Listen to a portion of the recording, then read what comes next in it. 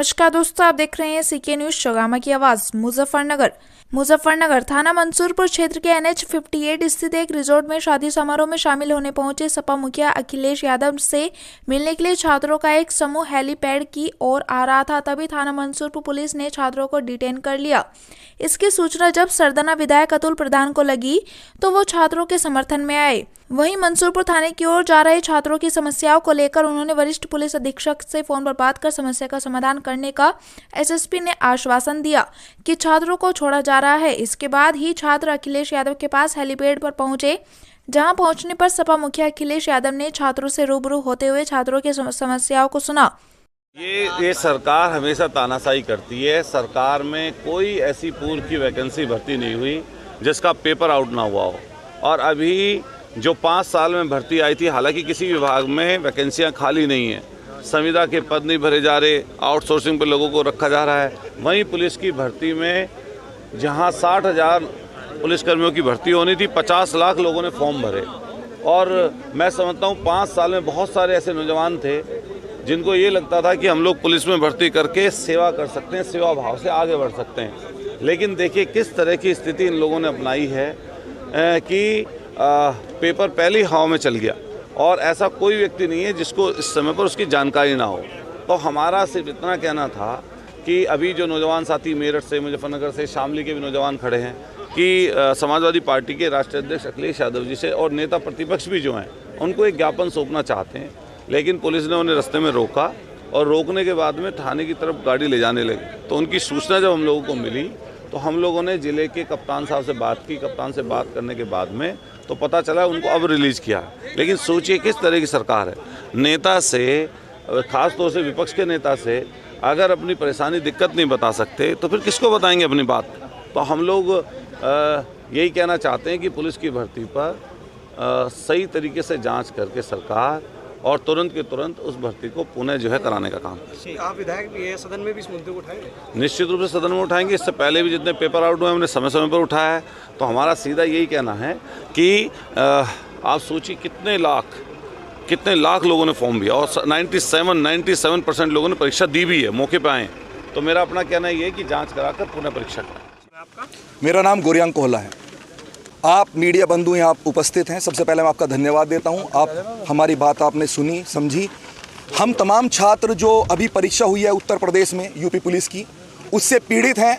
हमने सालों साल इसके लिए रातों रात 1 महीने का समय हमें मिला था इस परीक्षा का नोटिफिकेशन के लिए। हमने उस 1 महीने को 3 महीने 4 महीने का बनाने का काम किया। 4 गुना हमने मेहनत करी। 18 घंटे बच्चों ने यहाँ पढ़ाई करी। हमने उनके साथ मेहनत करके पढ़ाई कराई। लेकिन जब परीक्षा का दिन आता है, जब पेपर का दिन आता है, पेपर जो है 20-20 रुपये में व्हाट्सएप पर बच्चों को मिल जाता है। इस बात की पुष्टि भी है। जो पेपर 24 घंटे पहले, 48 घंटे पहले बच्चों के पास आया, वही पेपर अगले दिन उन्हें परीक्षा मिलता है। और ये ट्वीट भी टीचर ऑनलाइन चैनल के माध्यम से कर चुके हैं। ये बात कोई छिपने वाली बात नहीं है। किस तरह की पुष्टि दिखा रहे हैं आपका? और ट्वीट पहले ही, ये सब ट्वीट हमने चैनलों पे हो चुका था, टेलीग्राम पे पहले ही चल गया था। और जो ट्वीट देखिए, जो ट्वीट हो चुका है वो तो प्रमाण है, 1 दिन पहले का ट्वीट है। तो आप वहां ट्वीट पे देख लीजिए। और ये जो पेपर, ये क्वेश्चन है, तुरंत ऐसे ही नंबर वाइज रखे मिले। और बच्चों ने, मैं कह रहा हूँ 150 क्वेश्चन है तो 150 के 150 सही करके आए। मेरा एक सवाल है मीडिया के माध्यम से योगी सरकार से, भर्ती बोर्ड से, कि अगर 1 लाख छात्र 150 में से 150 अंक सही करके आते हैं तो क्या सरकार 1 लाख छात्रों को नौकरी पर रखेगी, जबकि वैकेंसी सिर्फ 60,000 है? तो अगर 2 लाख छात्रों या 10 लाख छात्रों ने 150 में से 150 क्वेश्चन सही करे तो क्या सबको रखा जाएगा?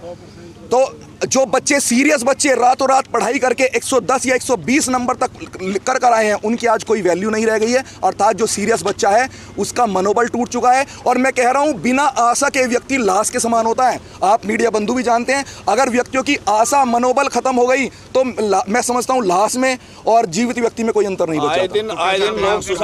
हम चाहते हैं कि योगी सरकार छात्रों की तरफ ध्यान दे। इस लोकसभा के मुद्दे से बाहर निकलकर जो व्यक्तिगत, जो इंसानियत का मुद्दा है, उस इंसानियत के मुद्दे पर आए, छात्रों की परेशानी समझे और इस एग्जाम को निष्पक्ष कराए, री एग्जाम कराए। और सिर्फ ये एग्जाम नहीं, अगर दोबारा री एग्जाम होता है तो इस बात की भी गारंटी दे कि चारों पाली में जो एग्जाम हो, दोबारा जब एग्जाम हो तो वो भी पारदर्शिता के साथ होना चाहिए। अखिलेश जी से मिले, मेमोरेंडम दिया, तो क्या अखिलेश जी से हम मिले क्योंकि अखिलेश जी नेता प्रतिपक्ष हैं, विधानसभा में सबसे बड़ी पार्टी दल के वो नेता हैं, तो हमारी उनसे भी मांग है, उनसे हमारी आशा और बढ़ जाती है क्योंकि सबसे बड़ी पार्टी के वो नेता हैं। ठीक है, योगी सरकार से हमने मिलने का तमाम प्रयास करे लेकिन पुलिस हमें डंडे मार के भगा देती है। हमने बुलंदशहर से लखनऊ कुछ करने का प्रयास किया था लेकिन हमें हाउस अरेस्टिंग करने का पुलिस ने काम किया। हमारे घर आज भी रास्ते में जब हम आ रहे थे हमें पुलिस ने रोक लिया। हम तमाम छात्र पैदल चलकर थाने से यहाँ तक आए हैं। अब बताइए हम गरीबों का कौन सहारा है